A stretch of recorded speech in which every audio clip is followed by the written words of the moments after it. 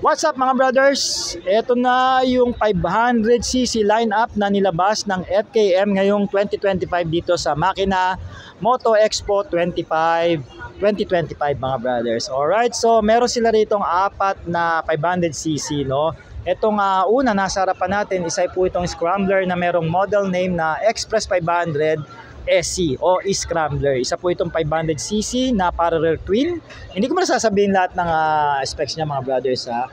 Presyo 278,000 mga brothers, di ba? For 500cc 278,000 lang. May features yan mga brothers na dual channel ABS, naka Pirelli Scorpion yung gulong na naka tubeless. Grabe.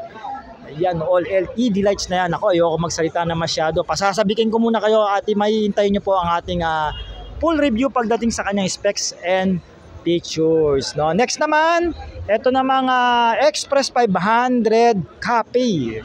Yan, ito naman yung Cafe Racer version. Kung ayaw nyo yung Scrambler, ito naman yung pinaka Roadster o Racer, Express 500 Racer, no? Same as same, naka 500cc, naka sleeper clutch na yan. Ayan, sinabi ko na. All LED lights, dual channel ABS. Ito naman, naka Pirelli Angel GT naman ang kanyang gulong. So hindi ka na magpapalit mga brothers. Yan. So sa mga classic rider natin dyan, nakatulad ko, pwede na kayong mamili dyan. And also kung interested kayo, pwede na po kayong magpa-reserve o magpa-pre-order kagaya nila sir. Ayan, no? Mukhang balak na nila magpa-pre-order, no?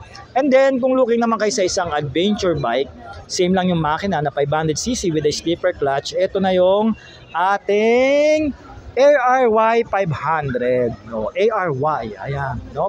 Tingnan nyo naman yung tindigan, di ba? Rugged na adventure. Meron na yung kasamang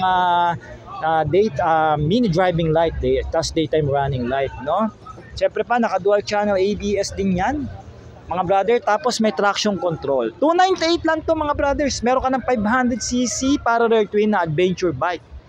Ayan. Alright. So, tatlo na, no? So, meron tayo Scrambler, Cafe Racer, adventure bike. At sa mga katulad kong mahihilig sa mga cruiser bike, eto na yon mga brother. Eto na yung Pulsar 500 na B-twin. Ayan. Alam nyo mga brad, ang presyo lang nito 238,000 pesos lang. Pinakamura na pong 500cc na cruiser bike na makabili nyo ngayon sa market. Naka ABS, dual channel at traction control pa yan, no? Talagang hindi na kayo bibitinin ni FKM, no? So kung mga interested kayo rito mga brothers, at ang stock po nito is darating pa ng by May or June, pwede na po kayo magpa-reserve dyan sa ating page. Yan po ang Sort Moto Facebook page, no? Pwede na po kayo mag-down.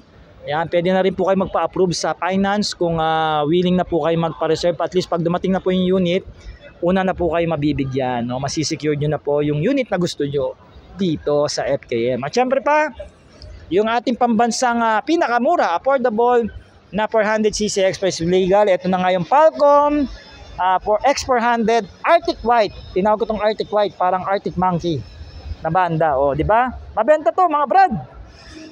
Ang dami na tayong na-release nito at marami na rin tayong na tawag na patunayan itong motor na to. Ano po ito?